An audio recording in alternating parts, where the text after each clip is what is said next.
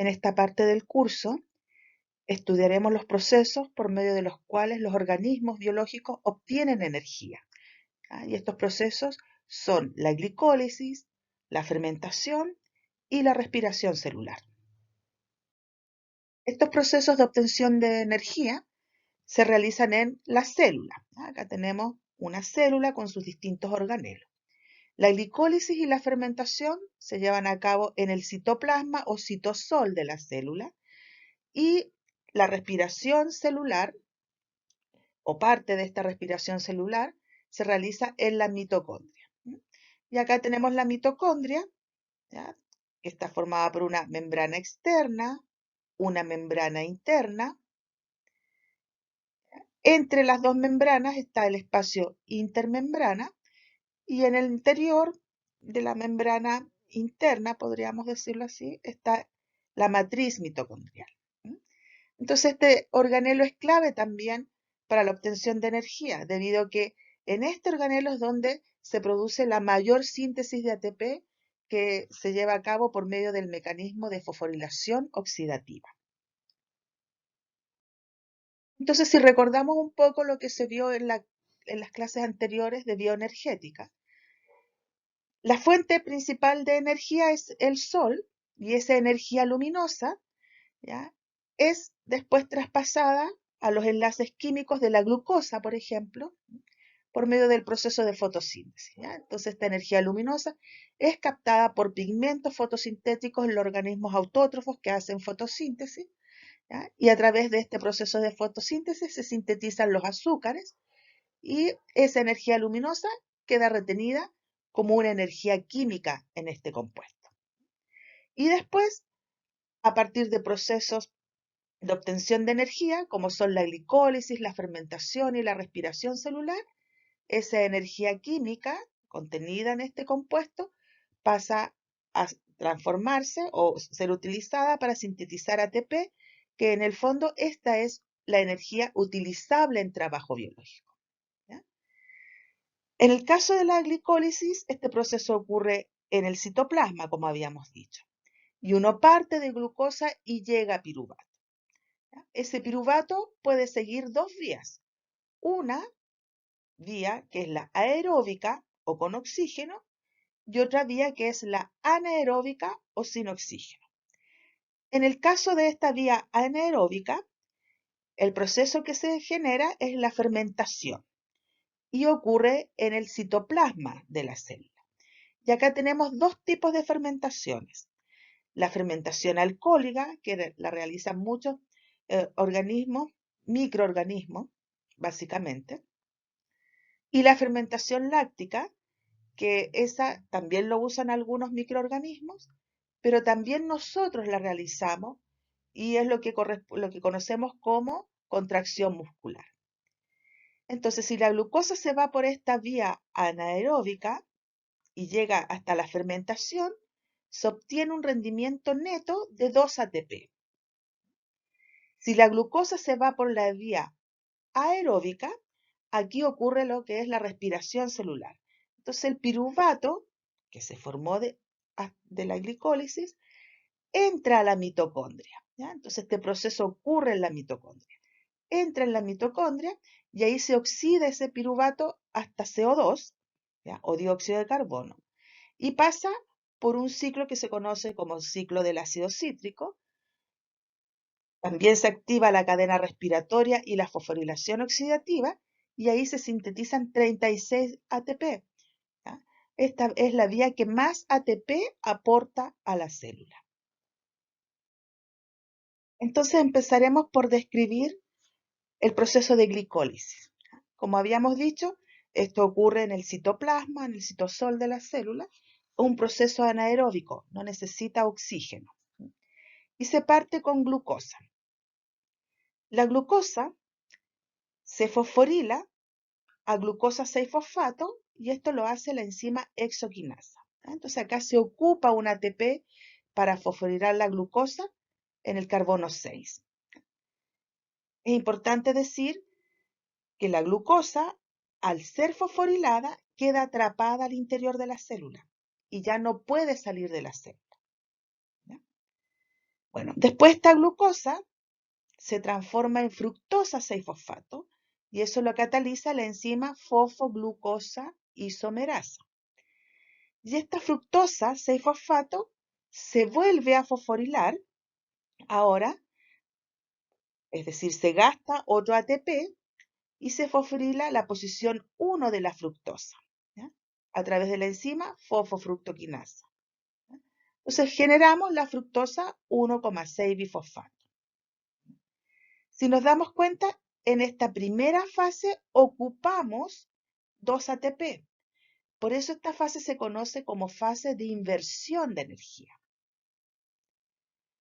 Posteriormente, esta fructosa 1,6 bifosfato se rompe en 2 moléculas de 3 carbonos cada uno. Esa reacción la cataliza la aldolasa. Entonces se genera la dihidroxiacetona fosfato y el gliceraldehído 3-fosfato. Esta dihidroxiacetona fosfato, a través de una isomerasa, la triosa fosfato isomerasa, esta enzima lo convierte en gliceraldehído 3-fosfato. Por lo tanto, ahora vamos a tener 2 moléculas de gliceraldehído 3-fosfato. La que se formó del rompimiento de la fructosa 1,6 bifosfato y la que se generó por medio de isomerización de la dihidroxiacetona fosfato. Entonces, en esta otra segunda fase, partimos con 2 moléculas de gliceraldehído 3-fosfato. Este compuesto se va a oxidar, es decir, pierde protones y electrones, y esos protones y electrones los capta el NAD para formar NADH. Entonces, como son 2 moléculas de gliceraldehído 3-fosfato, formamos 2 NADH. Y se fosforilan, ¿ya? Entonces, además de oxidarse el gliceraldehído 3-fosfato, se fosforila y lo que obtenemos es esta molécula, el 1,3 bifosfoglicerato. ¿Ya? Y este compuesto, a través de la fosfogliceratoquinasa, se convierte en 3-fosfoglicerato. ¿Ya? Lo que ocurre acá es que el 1,3 bifosfoglicerato entrega el fosfato del carbono 1 al ADP para formar ATP. Entonces, en esta reacción formamos 2 ATP, porque tenemos 2 1,3 bifosfoglicerato. Entonces formamos 2 ATP y 2 moléculas de 3-fosfoglicerato. Después, este compuesto, a través de la fosfoglicerato mutasa, se convierte en 2-fosfoglicerato, es decir, se pasa el grupo fosfato del carbono 3 al carbono 2. Luego actúa una enolasa que incorpora una molécula de agua y se forma el fosfoenolpiruvato. ¿Ya? Cada vez vamos formando 2 moléculas, ¿ya? 2 fosfoenolpiruvato. Y este fosfoenolpiruvato entrega un grupo fosfato al ADP para sintetizar ATP, y eso es catalizado por la enzima piruvatoquinasa, y obtenemos finalmente 2 moléculas de piruvato. Entonces acá también se sintetizan 2 ATP. ¿Ya? Entonces, en el fondo, en esta otra fase, que se conoce como fase de cosecha de energía, obtenemos 2 NADH y 2 más 2, 4 ATP. Es importante destacar que en esta fase de cosecha de energía, esta síntesis de ATP se realiza por medio del mecanismo de fosforilación a nivel de sustrato. Acá tenemos el 1,3 bifosfoglicerato y el fosfoenolpiruvato, que son compuestos con mayor potencial de transferencia de fosfato que el ATP. Por lo tanto, estos compuestos entregan fosfato al ADP para formar ATP. Por lo tanto, resumiendo el proceso completo de glicólisis y haciendo el balance energético neto, tenemos que se parte de glucosa, que es una molécula con 6 carbonos, se llega a 2 moléculas de piruvato, y el piruvato tiene 3 carbonos, se ocupan 2 ATP y se forman 4 ATP y 2 NADH. Por lo tanto, neto tenemos 2 ATP y 2 NADH. Acá, estos NADH después pueden pasar a la cadena transportadora de electrones en ambiente aerobio y se utilizan para sintetizar más ATP. ¿Cómo se regula la glicólisis?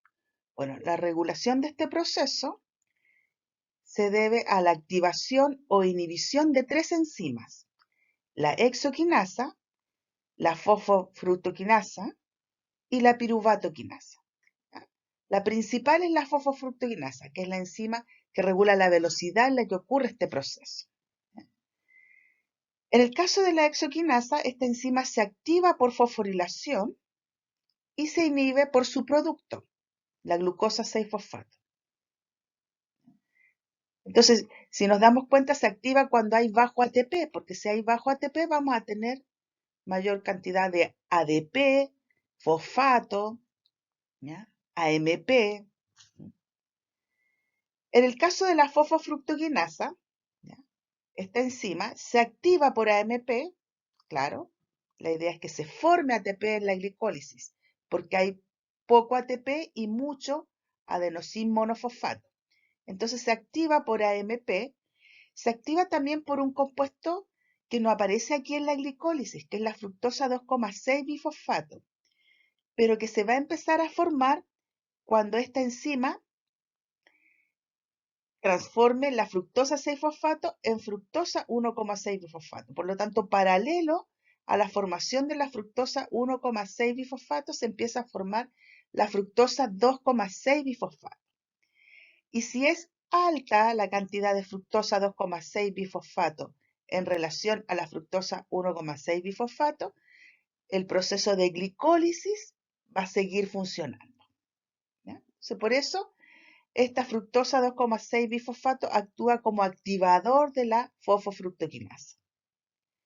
Y esta enzima se inhibe por ATP, ¿ya? Claro, porque si hay ATP, ya no se requiere que siga funcionando la glicólisis, que tiene como finalidad última sintetizar ATP, ¿ya?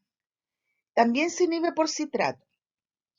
Lo que ocurre con el citrato, que es un compuesto que se forma en el ciclo de Krebs, por lo tanto en la mitocondria, este compuesto sale hacia el citosol o citoplasma de la célula, sale de la mitocondria hacia el citoplasma y ahí ejerce su efecto inhibidor sobre esta enzima. Y sale cuando se empieza a detener el ciclo de Krebs porque ya hay suficiente ATP. Y también esta enzima, la fosfofructoquinasa, se inhibe cuando el pH desciende, que también eso va a ocurrir cuando se está sintetizando ATP, porque se acumulan los protones en el espacio intermembrana. Entonces desciende el pH de la célula. En el caso de la piruvatoquinasa, esta enzima se activa por fructosa 1,6 bifosfato, ¿ya? O sea, se activa por este compuesto. Por lo tanto, en este caso, este tipo de activación es por retroalimentación positiva, ¿ya? Esta enzima se va a activar cuando se sintetiza este compuesto, ¿ya? Y se inhibe por ATP y por alanina. Alanina es un aminoácido y se aumenta la concentración de ese aminoácido en la célula, específicamente en el citoplasma. Eso se relaciona con la necesidad de sintetizar glucosa. Entonces, si se requiere sintetizar glucosa, se detiene la glicólisis y se activa un proceso inverso a la glicólisis, donde participan muchas de las enzimas que están en la glicólisis, participan en este proceso inverso, ¿ya? Que se conoce como gluconeogénesis, ¿ya? Que es un proceso donde se sintetiza glucosa a partir de compuestos que no son carbohidratos, como por ejemplo un aminoácido, la alanina. Entonces, por eso, este aminoácido actúa como inhibidor de la glicólisis. En nuestra dieta consumimos distintos tipos de polisacáridos, disacáridos y monosacáridos, ¿no es cierto? Dentro de los polisacáridos, el más común es el almidón, que se empieza a romper a través de la saliva, jugo pancreático, la alfa-amilasa, ¿no es cierto?, que está en la saliva, a dextrinas, a maltotriosas, y también estos compuestos a través de otras enzimas, como la alfa-dextrinasa, la alfa-glucosidasa, se convierten finalmente en glucosa, ¿ya? Se rompen para liberar glucosa, ¿ya? Y la glucosa vimos que entra a la glicólisis. ¿Qué pasa con otros tipos de azúcares, como la maltosa? Bueno, la maltosa está formada por dos glucosas, por lo tanto, va a dar origen a glucosas, ¿ya? En el caso de la lactosa, está formado por glucosa y galactosa. En el caso de la sacarosa, que está formado por glucosa y fructosa, ¿ya? Y en el caso de otros monosacáridos, tenemos la manosa, ¿ya? Entonces, nosotros cuando consumimos azúcar, no solo estamos ingiriendo glucosa, sino que también otros monosacáridos, como galactosa, fructosa y manosa, y también estos los podemos ocupar para sintetizar ATP. Pero ¿cómo entran a esta vía glicolítica? En el caso de la manosa, a través de la exoquinasa, se fosforila a manosa 6-fosfato y a través de una fosfomanosa isomerasa se convierte en fructosa 6-fosfato. En el caso de la fructosa, en el músculo y en el riñón, a través de la exoquinasa, se fosforila y se genera la fructosa 6-fosfato. La fructosa en el hígado, ahora, se puede fosforilar a fructosa 1-fosfato, ¿ya? Esta enzima, la enzima que actúa acá es la fructoquinasa, ¿ya? Después esta fructosa 1-fosfato a través de una aldosa se rompe en gliceraldehído y dihidroxiacetona fosfato. El gliceraldehído, por medio de la triosaquinasa, se fosforila y genera el gliceraldehído 3-fosfato, y la hidroxiacetona fosfato, por medio de una isomerasa, se convierte en gliceraldehído 3-fosfato. Por lo tanto, la fructosa en el hígado se puede convertir a 2 moléculas de gliceraldehído 3-fosfato.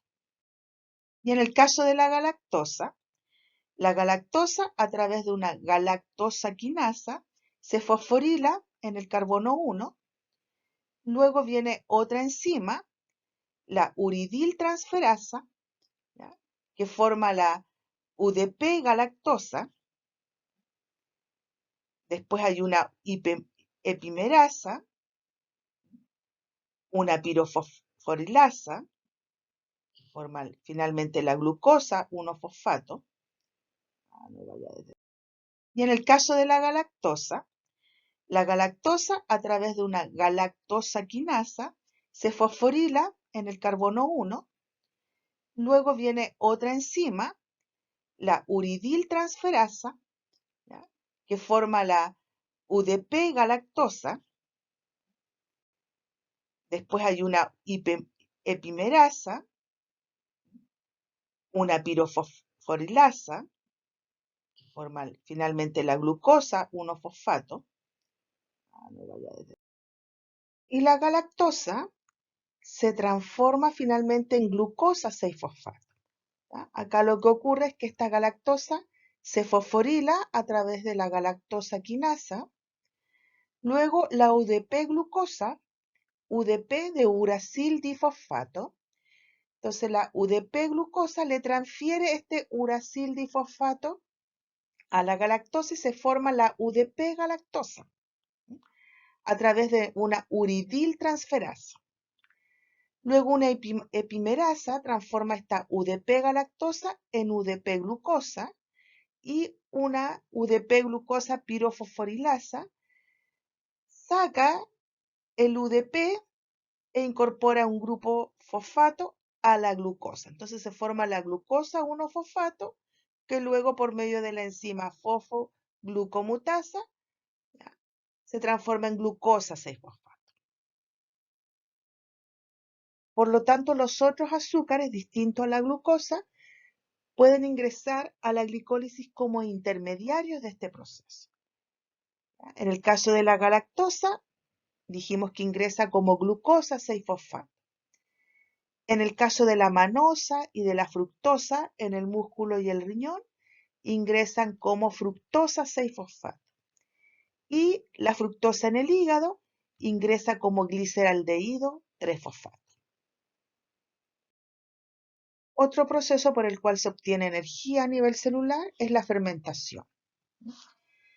La fermentación es un proceso que se realiza en el citoplasma en ausencia de oxígeno y su nombre está relacionado con el producto final que se forma. Entonces, en el caso de la fermentación alcohólica, se forma un alcohol, un etanol, y en el caso de la fermentación láctica, se forma lactato o ácido láctico. Pero estos procesos requieren NAD que es aportado por la glicólisis. Por eso hay una interconexión en el fondo entre la glicólisis y la fermentación. La fermentación alcohólica la realizan levaduras, hongos y algunas bacterias.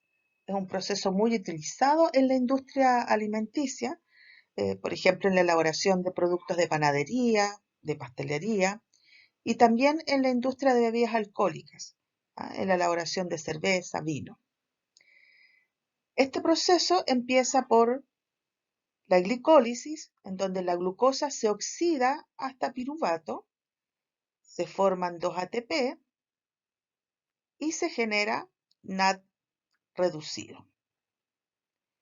Luego, este piruvato se descarboxila, se forma el acetaldehído y este acetaldehído se reduce a etanol ocupando los protones y electrones que le entrega este cofactor NAD.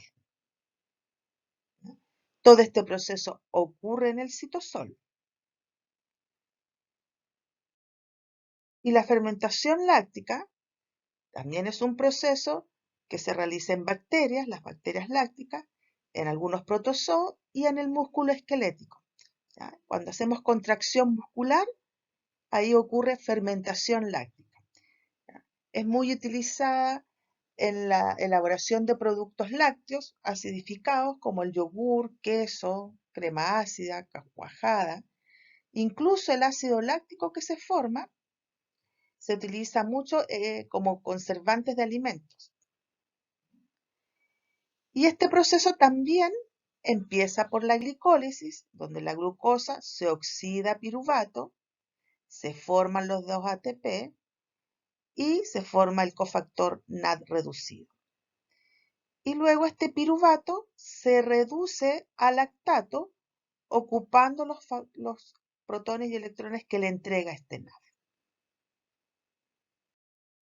La respiración celular es el proceso que vamos a ver a continuación. Ocurre en condiciones aeróbicas, es decir, se requiere oxígeno y acá algunas reacciones suceden en el citosol y otras en la mitocondria. Se parte de glucosa, un compuesto de 6 carbonos, que en el citosol se oxida a través de distintas reacciones enzimáticas a piruvato. ¿Ya? Entonces se parte con glucosa, una molécula de 6 carbonos, se generan 2 piruvatos, que es una molécula de 3 carbonos, y en esta parte, en el citoplasma, se forman además 2 ATP y 2 NADH.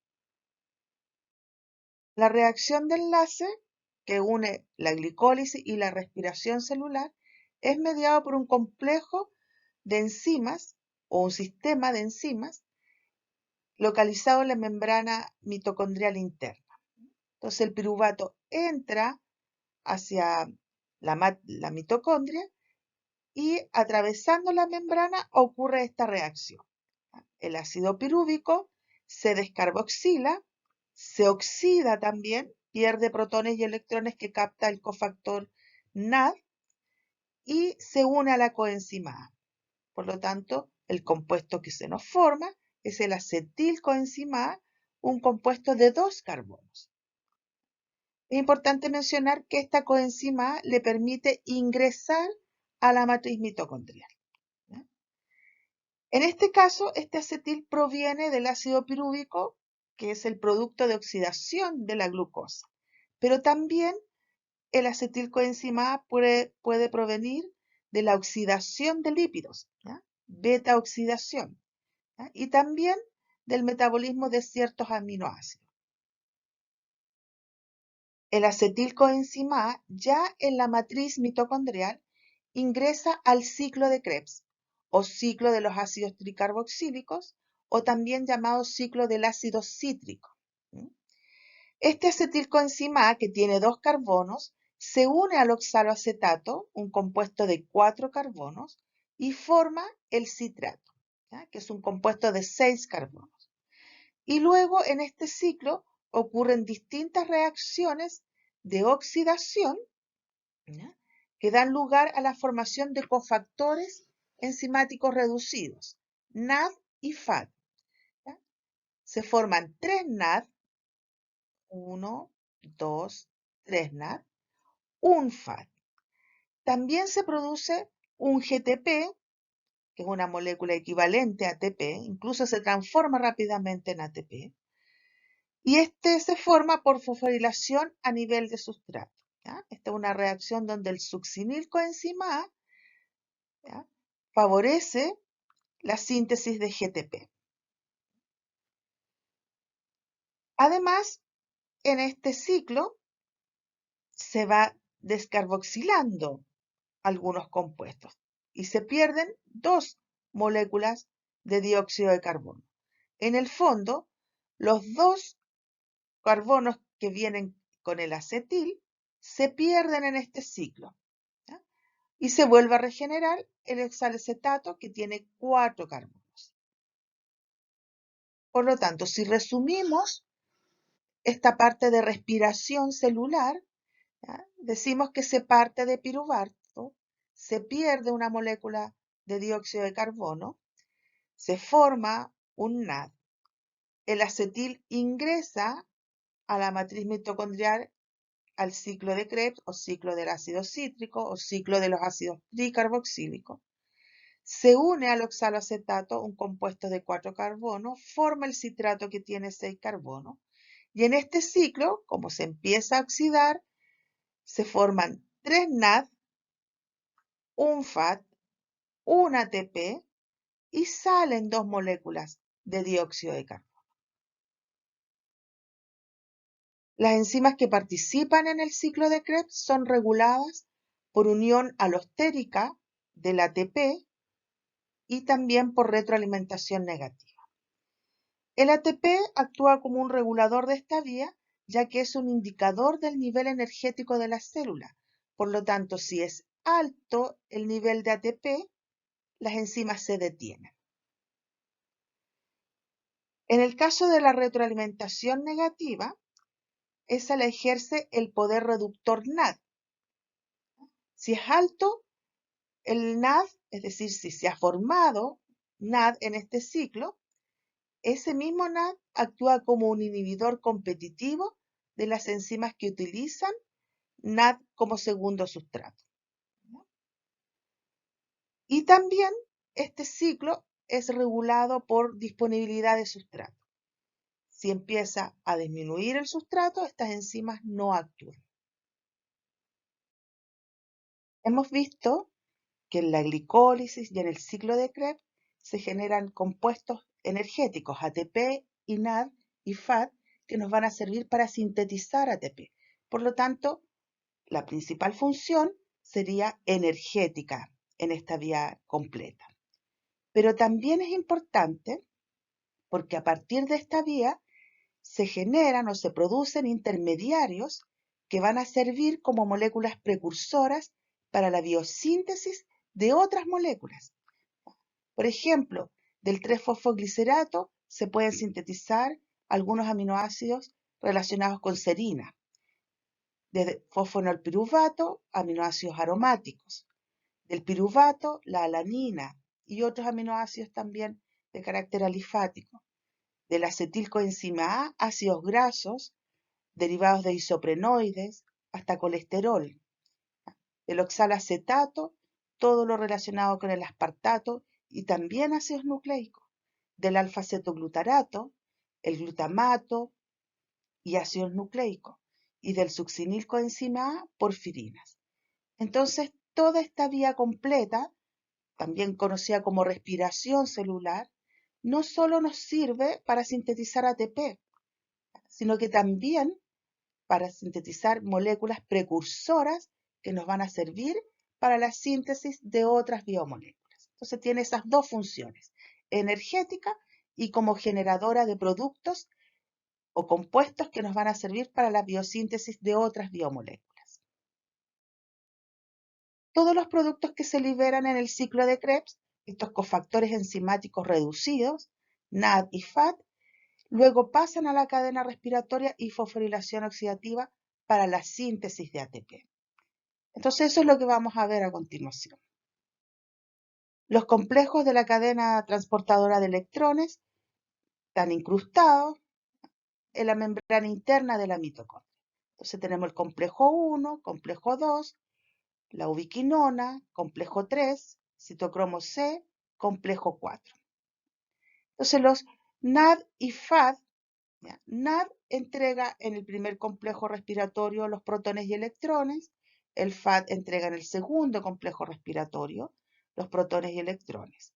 Los electrones se van a ir transportando, en el caso del NAD, desde el complejo 1 a la coenzima Q, complejo 3, citocromo C, complejo 4 y llegan finalmente al oxígeno, que es el último aceptor de electrones.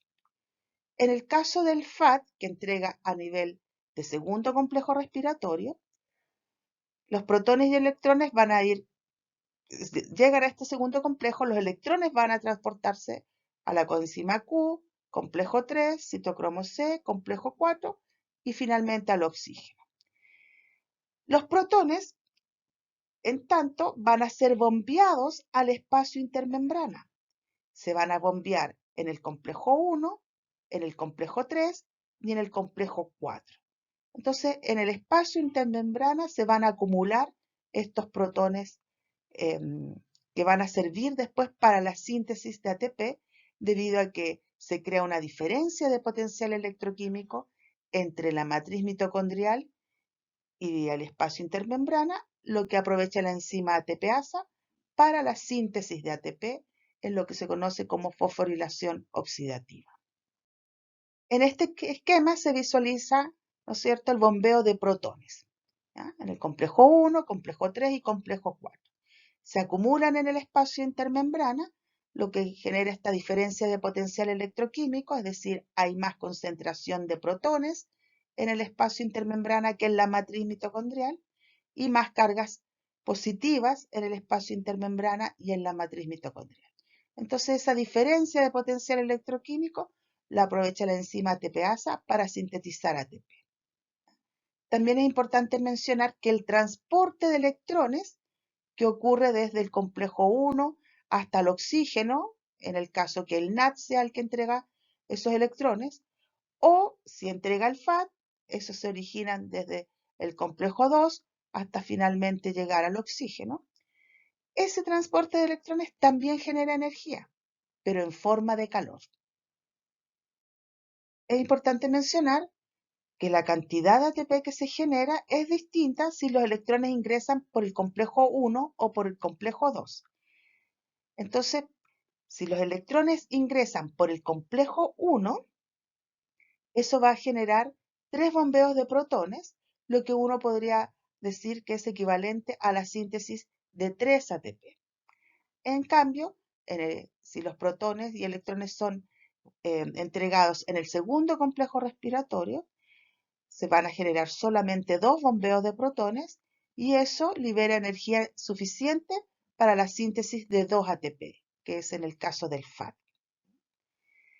Es importante acá hacer una mención especial de que estamos usando 3 ATP en el caso del NAD y 2 ATP en el caso del FAT como una forma simple para manejar después el recuento numérico total de estas vías metabólicas.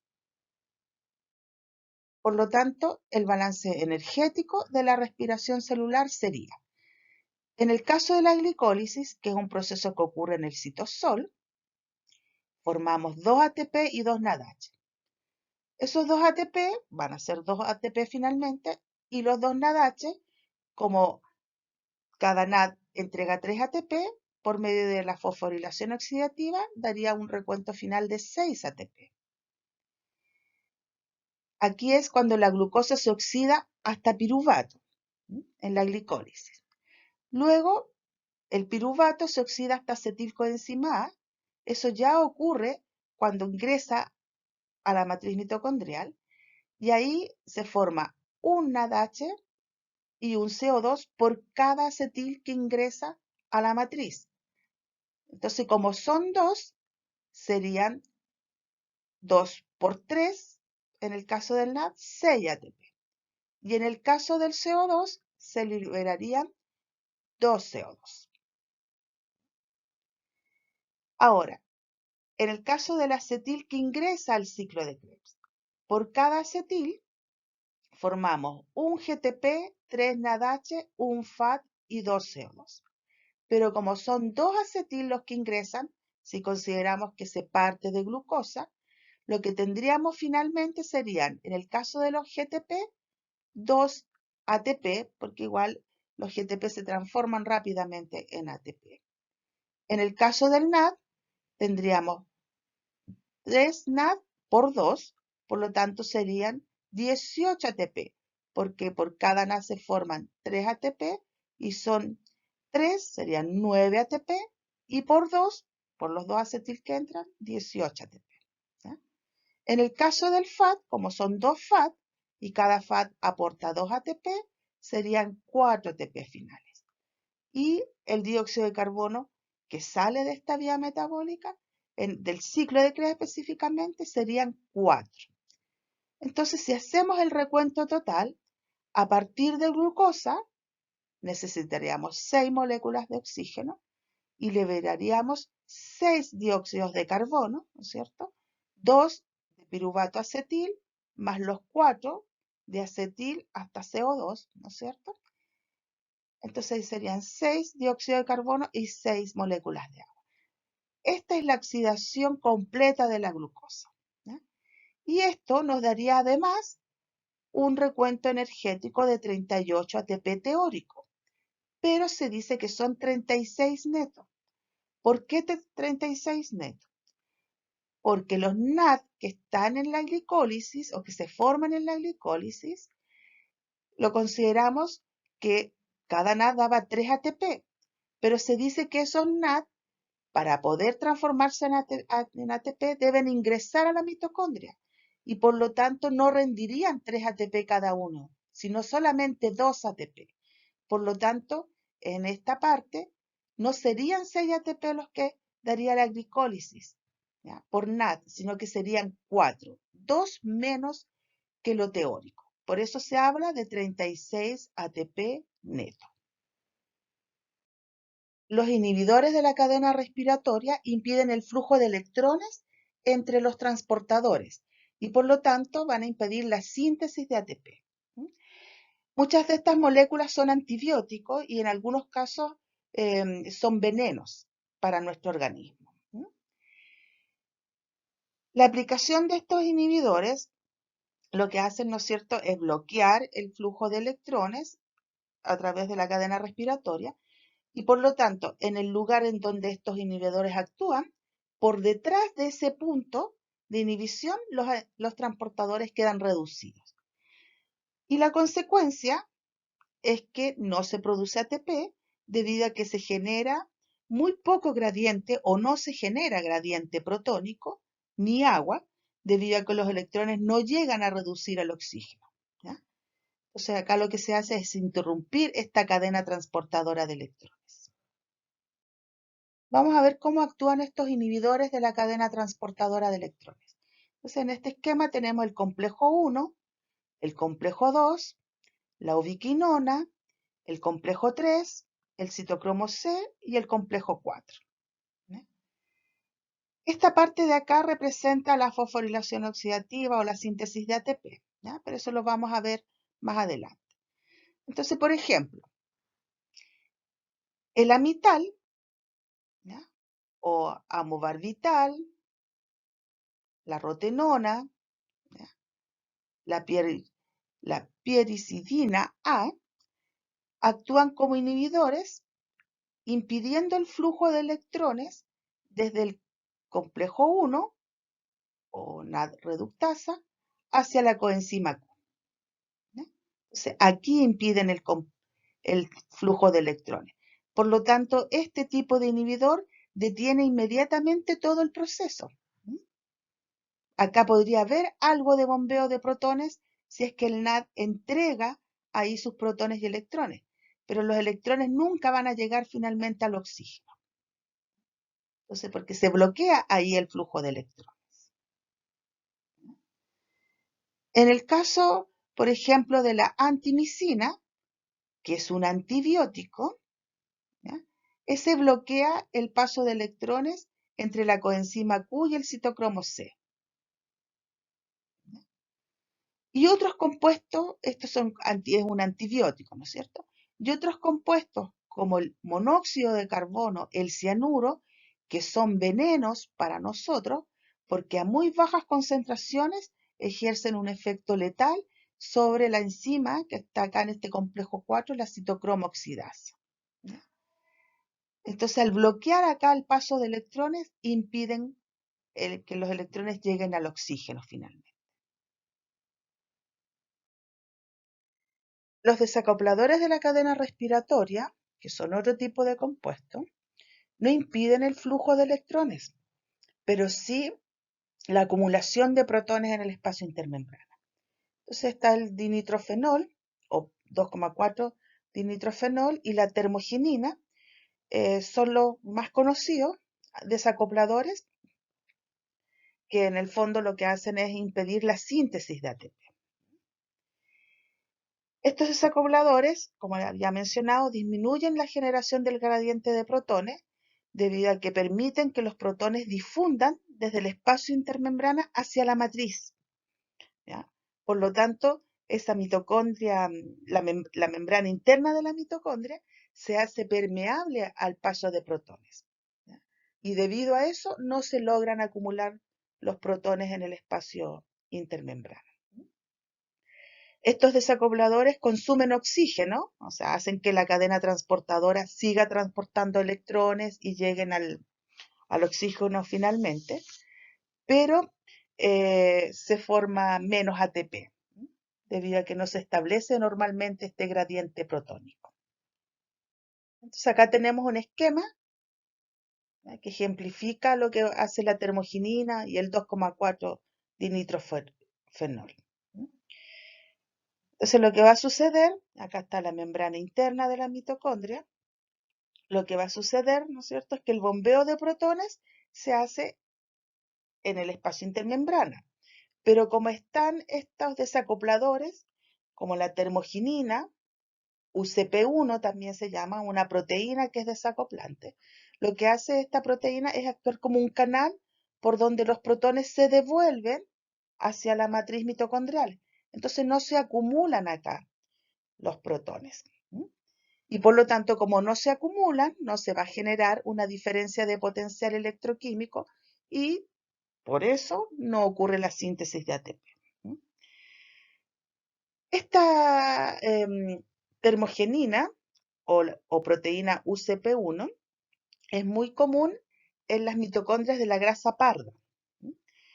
La grasa parda la tienen en general los bebés, mayor cantidad, y los animales que hibernan. ¿Por qué se presentan en animales que invernan? Porque la verdad es que no hay síntesis de ATP, pero sí hay transporte de electrones. Y los transportes de electrones generan energía como calor, que es lo que necesitan los animales que invernan, y por eso ellos tienen este tipo de proteína en esa grasa parda, ¿ya?, en tejido adiposo pardo. Y por último, los inhibidores de la ATPasa, ¿ya? Son moléculas que impiden la síntesis de ATP, pero no actúan sobre la cadena respiratoria. Un ejemplo es la oligomesina, que es un antibiótico que va a interferir en el transporte de protones que van a pasar a través de la enzima ATPasa. ¿Ya? Entonces se bloquea esta subunidad F0, ¿ya? Eso es lo que hace el antibiótico, bloquear esta subunidad F0 y por lo tanto se impide el paso de protones a través de la enzima ATPasa. Y volviendo a la esquemita donde habíamos visto los inhibidores, ¿ya? Donde actuaban los inhibidores de la cadena transportadora de electrones, acá, ¿no es cierto?, lo que estamos viendo es la oligomicina que actúa sobre la síntesis de ATP, es decir, directamente en la enzima ATPasa. Acá podemos ver cómo se obtiene energía a partir de las distintas biomoléculas. Lo que acabamos de estudiar fue la obtención de energía a partir de azúcares. O sea, uno podemos consumir almidón, se rompe hasta glucosa, por ejemplo. La glucosa entra a la vía glicolítica o glicólisis, se forma ácido pirúvico, luego este ácido pirúvico o piruvato se transforma en acetil, ¿ya? Entre medio se va generando ATP, este acetil entra al ciclo de Krebs, se forma más ATP y finalmente se elimina la molécula o se oxida completamente hasta CO2, ¿no es cierto? Si partimos de glucosa. ¿Ya? Entonces, esto es lo que acabamos de ver, cómo se puede obtener energía a partir de azúcares. ¿Ya? En el caso que obtengamos energía a partir de lípidos, los lípidos también se rompen, ¿ya? Hasta ácidos grasos y glicerol, y los ácidos grasos sufren una serie de reacciones conocidas como beta-oxidación, donde se generan o se rompe hasta acetilcoenzima A, y esos acetilcoenzima A entran al ciclo de Krebs también para obtener energía en forma de ATP. En el caso que ya no tengamos lípidos, se puede recurrir a proteínas. Entonces las proteínas se hidrolizan hasta aminoácidos. Esos aminoácidos pueden entrar como acetilcoenzima A o como intermediario del ciclo de Krebs para obtener energía, pero para hacerlo pierden el grupo amino y ese grupo amino se libera como urea en la orina. ¿Ya? Entonces acá tenemos, ¿no es cierto?, una etapa primera que es de rompimiento de las biomoléculas con polímeros en unidades estructurales, luego empieza ya la oxidación de estas moléculas con fines energéticos. ¿Ya? Si nos damos cuenta, también aparecen unas flechas que van en sentido contrario, que sería la síntesis. De acetilcoenzima A podemos volver a sintetizar ácidos grasos y lípidos. Y por eso, cuando hay un exceso de azúcares, estos azúcares se detiene la síntesis de ATP y se empieza a derivar hacia la síntesis de lípidos. Entonces los azúcares se pueden guardar como lípidos. En el caso de las proteínas, nosotros podemos sintetizar también algunos aminoácidos a partir del ciclo de Krebs. ¿Ya? De ahí pueden salir algunos esqueletos que nos van a servir para la síntesis de aminoácidos. Y azúcares, ¿ya? También podemos sintetizar, volver a sintetizar glucosa en este caso específico, y eso se logra con algunos compuestos que se conocen como compuestos gluconeogénicos, que sirven para sintetizar glucosa en situaciones, por ejemplo, de ayuno prolongado. Y también podemos, ¿no es cierto?, a partir de estos aminoácidos sintetizar proteínas, que es lo que vimos, ¿no es cierto?, cuando uno ingiere todos los aminoácidos esenciales y no esenciales y que nos van a servir para la síntesis de las proteínas propias de cada célula. También con glucosa podemos sintetizar glucógeno y almacenarlo en el músculo y en el hígado. ¿Ya?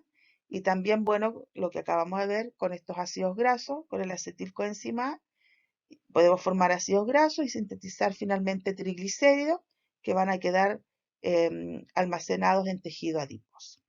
Entonces acá lo que hemos visto es una integración del metabolismo. ¿Ya? Hay muchas más vías metabólicas involucradas, pero esto es un buen resumen para entender un poco cómo nosotros obtenemos energía a partir de distintas biomoléculas y cómo también podemos sintetizarlas en algunos momentos.